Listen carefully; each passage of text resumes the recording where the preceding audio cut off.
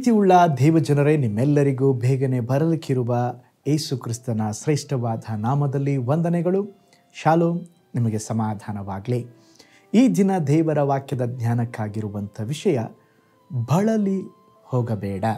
ಅದಕ್ಕೆ ಆಧಾರವಾಗಿ ಜ್ಞಾನೋಕ್ತಿಗಳು 24ನೇ ಅಧ್ಯಾಯ 10ನೇ ವಚನ. ಇಕ್ಕಟ್ಟಿನ ದಿನದಲ್ಲಿ ನೀನು ಬಳಲಿ ಹೋದರೆ ನಿನ್ನ ಬಲವು ಇಕ್ಕಟ್ಟೆ.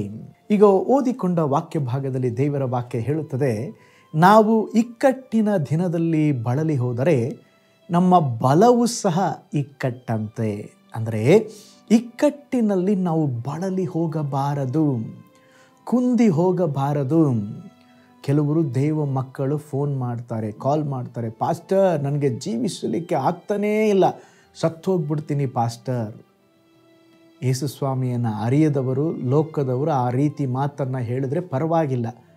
ಯೇಸುವನ್ನು ಅಂಗೀಕರಿಸಿಕೊಂಡು ದೇವರಿಗಾಗಿ ಜೀವಿಸುವ ಮಕ್ಕಳು ಈ ರೀತಿ ಮಾತನಾಡಿದರೆ ಸೈತಾನನಿಗೆ ನಾವು ಸ್ಥಳ ಕೊಟ್ಟ ಹಾಗೆ. ಇನ್ನೂ ಕೆಲವರು, ಪಾಸ್ಟರ್ ನನಗೆ ಸಹಿಸಲು ಆಗದಷ್ಟು ಸಮಸ್ಯೆಯನ್ನು ದೇವರು ಕೊಟ್ಟಿದ್ದಾರೆ. ನೋಡ್ರಿ, ಸಹಿಸಬಹುದಾದ ಶೋಧನೆಯ ಮಾತ್ರ ನಮಗೆ ಬರ್ತದಂತೆ. ನಿಮ್ಮ ಎಲ್ಲೆಗೆ ಮೇಲೆ ಅದನ್ನು ಎದುರಿಸಲಿಕ್ಕೆ ಆಗುವುದಿಲ್ಲ ಎಂಬಂಥ ಸಮಸ್ಯೆಗಳು ಯಾವುದನ್ನು ಸಹ ದೇವರು ನಮಗೆ ಕೊಡೋದಿಲ್ಲ. ಎಲ್ಲಕ್ಕೂ ಪರಿಹಾರ ಇದೆ. ಆದುದರಿಂದ ನಿಮ್ಮ ಇಕ್ಕಟ್ಟಿನ ಪರಿಸ್ಥಿತಿಯಲ್ಲಿ ಬಳಲಿ ಹೋಗಬೇಡ್ರಿ. ದಾವೀದನ ಜೀವನದಲ್ಲಿ ಸಹ ಒಂದು ಇಕ್ಕಟ್ಟಿನ ಪರಿಸ್ಥಿತಿ ಬಂತ್ರಿ. ಚಿಕ್ಲಾಕ್ ಎಂಬಂಥ ಪ್ರದೇಶದಲ್ಲಿ ಅವನ ಸೊತ್ತು, ಮಕ್ಕಳು, ಹೆಂಡತಿ ಎಲ್ಲರನ್ನ ಶತ್ರುವಾದವನ್ನು ತೆಗೆದುಕೊಂಡು ಹೋಗಿಬಿಟ್ಟಿದ್ದಾನೆ. ಈಗ ಅವನ ಜೀವನದಲ್ಲಿ ಬಹಳ ಇಕ್ಕಟ್ಟಿನ ಪರಿಸ್ಥಿತಿ. ಆ ಪರಿಸ್ಥಿತಿಯಲ್ಲಿ ನೋಡುವಾಗ ಅವನ ಸ್ನೇಹಿತರೇ, ಅವನ ಜೊತೆ ಸೇವಕರೇ ಏನು ಮಾಡಿದ್ದಾರೆ? ಈಗ ದಾವೀದನನ್ನು ಕೊಲ್ಲುವುದಕ್ಕೆ ಕೈಯಲ್ಲಿ ಸ್ತೋತ್ರ ಕಲ್ಲುಗಳನ್ನು ಹಿಡಿದುಕೊಂಡಿದ್ದಾರೆ. ದಾವೀದನಿಗೆ ಅವನನ್ನು ಬಲಪಡಿಸುವುದಕ್ಕೆ ಯಾರೂ ಇಲ್ಲ, ಅವನ ಜೊತೆ ಇರುವುದಕ್ಕೆ ಯಾರೂ ಇಲ್ಲ. ಬೈಬಲ್ ಹೇಳುತ್ತದೆ, ದಾವೀದನು ತನ್ನನ್ನು ಕರ್ತನಲ್ಲಿ ಸ್ತೋತ್ರ ಬಲಪಡಿಸಿಕೊಂಡನಂತೆ. ಹಾಗಾದರೆ ನಮ್ಮ ಇಕ್ಕಟ್ಟಿನ ವೇಳೆಯಲ್ಲಿ ನಾವೇ ನಮ್ಮನ್ನು ಬಲಪಡಿಸಿಕೊಳ್ಳಬೇಕು. ಅಬ್ರಾಮನನ್ನು ನೋಡ್ರಿ, ದೇವರು ಹೇಳಿದ್ರು ಒಬ್ಬನೇ ಮಗನನ್ನು ಬಲಿ ಕೊಡಬೇಕು. ಇಕ್ಕಟ್ಟಿನ ಸಮಯ, ಪ್ರಾಯದ ಸ್ತೋತ್ರ ಸಮಯದಲ್ಲಿ ದೇವರು ವಾಗ್ದಾನ ಕೊಟ್ಟ ಮಗನನ್ನು ಕೊಟ್ಟು ಈಗ ಅವನನ್ನು ಬಲಿ ಕೊಡು ಅಂತ ಹೇಳಿದ್ರೆ ಹೆಂಗಿರುತ್ತೆ ನೋಡ್ರಿ. ಅವನು ಬಹಳ ಇಕ್ಕಟ್ಟಿನ ಸಮಯ. ಆದರೆ ಅಬ್ರಾಹಮನಿಗೆ ಗೊತ್ತಿತ್ತು, ಇಕ್ಕಟ್ಟಿನ ಸಮಯದಲ್ಲಿ ಯೆಹೋವ ಈರೆ, ದೇವರು ಎಲ್ಲವನ್ನ ಒದಗಿಸಿಕೊಡುವರು. ಪ್ರೀತಿಯುಳ್ಳ ದೇವಜನರೇ, ನಿಮ್ಮ ಇಕ್ಕಟ್ಟಿನ ಸಮಯದಲ್ಲಿ ಸೋತು ಹೋಗಬೇಡ್ರಿ, ಬಳಲಿ ಹೋಗಬೇಡ್ರಿ. ಎಲ್ಲದಕ್ಕೂ ದೇವರು ನಿಮ್ಮ ಜೀವಿತದಲ್ಲಿ ಒಂದು ಅದ್ಭುತವಾದ ಮಾರ್ಗವನ್ನು ತೆರೆಯುತ್ತಾರೆ. ಒಂದು ಮರದ ಅಂಗಡಿಯೊಳಗೆ ಒಂದು ಇಲಿ ನುಗ್ಗಿ ಅಲ್ಲಿನ ಮರಗಳನ್ನು ಕಡಿಯುತ್ತಾ ಇತ್ತು. ಅದು ಬಹಳ ತೊಂದರೆ ಕೊಡ್ತಾ ಇತ್ತು. ಆ ಅಂಗಡಿಯ ಮಾಲೀಕ ಏನು ಮಾಡಿದಂತ ಹೇಳಿದ್ರೆ, ಇಲಿಗಳನ್ನು ಓಡಿಸಲು, ಇಲಿಗಳನ್ನು ಹಿಡಿಯಲು ಬಲೆಗಳನ್ನು ಇಟ್ಟ. ಇಲಿ ಜೀವಂತವಾಗಿ ಆ ಬಲೆಗಳಲ್ಲಿ ಸಿಕ್ಕಿಬಿಟ್ರಿ. ನೋಡ್ರಿ, ಆ ಬಲೆಯಲ್ಲಿ ಇಲಿಯನ್ನು ಹಿಡ್ಕೊಂಡು ಆ ಮಾಲೀಕ ಆ ಇಲಿಗಳನ್ನು ಕೊಂದು ಹಾಕಿದರು. ಆದರೆ ಮಾಲೀಕನಿಗೆ ಒಂದು ಆಶ್ಚರ್ಯ, ಆ ಮರಗಳನ್ನೇ ಕಡಿಯುವಂಥ ಶಾರ್ಪಾದ ಇಲಿಗೆ ಇರುವಂಥ ಹಲ್ಲು ಈ ಬಲೆಯಲ್ಲಿ ಸಿಕ್ಕಾಕೊಳ್ತು ನೋಡ್ರಿ. ಆ ಬಲೆಯನ್ನು ಸಹ ಕಡಿದಿದ್ರೆ ಬಲೆ ಸಹ ತುಂಡಾಗಿ ಅದು ಅದರಿಂದ ಎಸ್ಕೇಪ್ ಆಗ್ಬೋದಾಗಿತ್ತು. ಆದರೆ ಅದು ಇಕ್ಕಟ್ಟಿನ ಸಮಯದಲ್ಲಿ ಯೋಚನೆ ಮಾಡಲಿಲ್ಲ. ಆ ರೀತಿಯಾಗಿ ಯಾವುದೇ ಸಂಗತಿಗಳನ್ನು ಅದು ಯೋಚಿಸಿ ಮಾಡಲಿಲ್ಲ. ಆ ಇಕ್ಕಟ್ಟಿನಲ್ಲಿ ಸಿಕ್ಕಿಕೊಂಡಾಗ ನಂತರ ಅದು ಸತ್ತು ಹೋಯಿತು.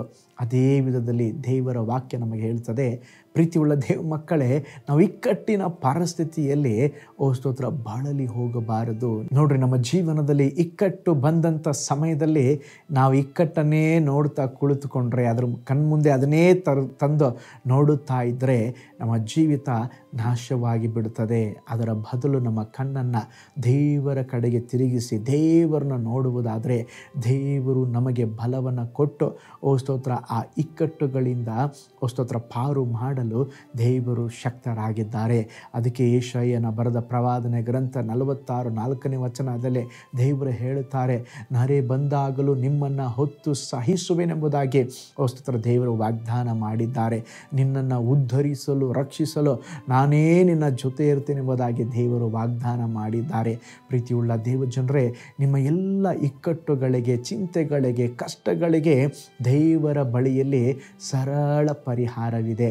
ಅದನ್ನು ಅರಿಯಲು ಇಕ್ಕಟ್ಟಿನಲ್ಲಿ, ಚಿಂತೆಯಲ್ಲಿ ಕರ್ತನನ್ನು ನಂಬಿರಿ. ದೇವರೇ, ನನಗೆ ಯಾರೂ ಇಲ್ಲ ಸ್ವಾಮಿ, ನೀವು ನನ್ನನ್ನು ನಡೆಸ್ರಿ, ನೀವು ನನ್ನನ್ನು ಬಲಪಡಿಸ್ರಿ, ನೀವು ನನಗೆ ಬಿಡುಗಡೆ ಕೊಡ್ರಿ ಎಂಬುದಾಗಿ ಹೇಳ್ರಿ. ನಿಶ್ಚಯವಾಗಿ ನಿಮಗೆ ಬಿಡುಗಡೆ ಉಂಟಾಗ್ತದೆ. ನೋಡ್ರಿ, ಮೋಶೆ ಆ ದೊಡ್ಡ ಅನೇಕ ಲಕ್ಷಾನುಜರನ್ನು ಕರ್ಕೊಂಡು ಕಾನಾನ್ ದೇಶಕ್ಕೆ ಹೋಗುವಾಗ ಹಿಂದೆ ಫರೋಹನ ಸೈನ್ಯ, ಮುಂದೆ ಕೆಂಪು ಸಮುದ್ರ, ಹೋಗುವುದಕ್ಕೆ ಮಾರ್ಗವಿಲ್ಲ. ಬಹಳ ಇಕ್ಕಟ್ಟಿನ ಪರಿಸ್ಥಿತಿ, ಏನು ಮಾಡಬೇಕು ಗೊತ್ತಿಲ್ಲ. ಪ್ರೇಯರ್ ಮಾಡ್ತಾ ಇದ್ದಾನೆ. ದೇವರು ಆ ಇಕ್ಕಟ್ಟಿನ ಮಾರ್ಗದಲ್ಲಿ, ಇಕ್ಕಟ್ಟಿನ ಸಮಯದಲ್ಲಿ ಮೋಶೆಗೆ ಹೇಳಿದರು, ನಿನ್ನ ಕೋಲನ್ನು ಚಾಚಿದ ಅದು ವಿಭಾಗವಾಯಿತು. ನಿಮ್ಮ ಜೀವಿತದಲ್ಲಿ ಸಹ ಇಕ್ಕಟ್ಟಾದ ಪರಿಸ್ಥಿತಿಯ ಮಧ್ಯದಲ್ಲಿ ದೇವರು ಒಂದು ಅದ್ಭುತ ಇಟ್ಟಿದ್ದಾರೆ, ಒಂದು ಅತಿಶಯವಿಟ್ಟಿದ್ದಾರೆ. ನಿಮ್ಮ ಜೀವಿತದಲ್ಲಿ ಅದ್ಭುತವು ನಡೆಯುವಂಥದ್ದಾಗಿದೆ. ಆದುದರಿಂದ ಸೋತು ಹೋಗಬೇಡ್ರಿ. ಓ ಸ್ತೋತ್ರ. ಇವತ್ತು ನಾವು ದೇವರಿಗೆ ಹೇಳೋಣ, ಕರ್ತನೆ, ನೀವು ನಮಗೆ ಸಹಾಯ ಮಾಡಿರಿ, ಇಕ್ಕಟ್ಟಿನ ಸಮಯದಲ್ಲಿ ಓ ಸ್ತೋತ್ರ ನನ್ನನ್ನು ನಡೆಸ್ರಿ ಎಂಬುದಾಗಿ ಹೇಳ್ರಿ. ನಿಶ್ಚಯವಾಗಿ ಸ್ತೋತ್ರ, ಕರ್ತನು ನಿಮ್ಮನ್ನು ನಡೆಸುತ್ತಾರೆ. ಪ್ರಾರ್ಥನೆ ಮಾಡಿಕೊಳ್ಳೋಣ. ಪರಲೋಕದಲ್ಲಿ ವಾಸ ಮಾಡುವ ನಮ್ಮ ತಂದೆಯಾದ ದೇವರೇ, ಇಕ್ಕಟ್ಟಿನ ವೇಳೆಗಳಲ್ಲಿ ನಮ್ಮ ಹತ್ತಿರ ಇದ್ದೀರಾ. ಇಕ್ಕಟ್ಟಿನ ವೇಳೆಗಳಲ್ಲಿ ನಮಗೆ ಸಹಾಯ ಮಾಡ್ತೀರಾ. ಇಕ್ಕಟ್ಟಿನ ವೇಳೆಯಲ್ಲಿ ಬಳಲಿ ಹೋಗಬೇಡ ಎಂಬುದಾಗಿ ಹೇಳಿದ್ದೀರಾ. ಹೌದು ಸ್ವಾಮಿ, ನಮ್ಮ ಇಕ್ಕಟ್ಟಿನ ಸಮಯದಲ್ಲಿ ನಾವು ನಿಮ್ಮನ್ನು ನೋಡುವಂತೆ ಸಹಾಯ ಮಾಡ್ರಿ.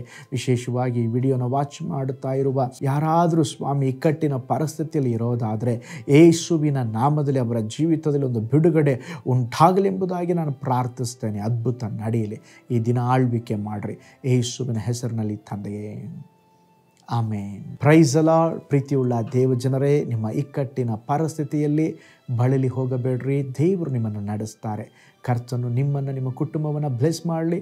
ನಾಳೆ ಮತ್ತೊಂದು ದೈನಂದಿನ ಧ್ಯಾನದಲ್ಲಿ ನಾನು ನಿಮ್ಮನ್ನು ಸಂಧಿಸ್ತೇನೆ. ನಾನು ನಿಮ್ಮ ಪ್ರೀತಿಯ ಸೇವಕ pastor Paul Joy. God bless you all.